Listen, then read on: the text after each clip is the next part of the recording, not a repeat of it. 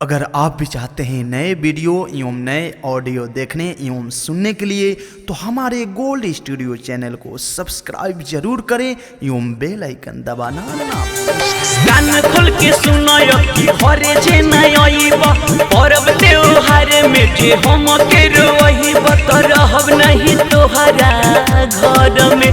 हाँ रहब नहीं तोहरा घर में। असो छठ करब जाके नहीं हर में। असो छठ करब जाके नहीं हर में। हाँ छठ करब जाके नहीं हर में।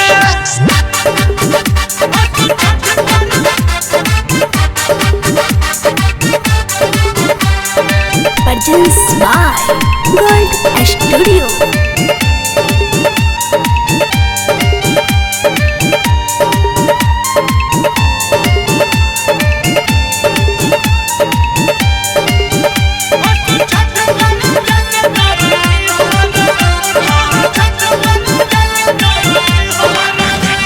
अकेले हम कहाँ कहाँ जाइबो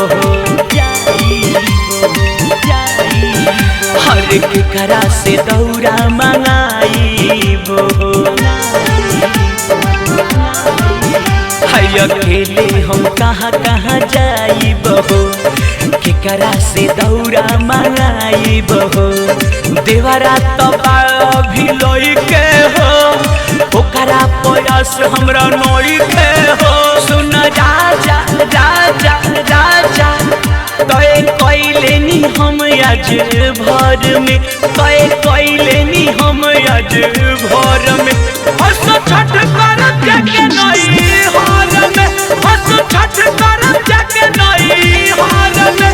हाँ छठ करब जाके नहीं हार में।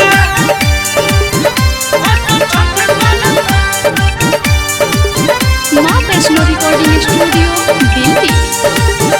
Produced by Gold Studio।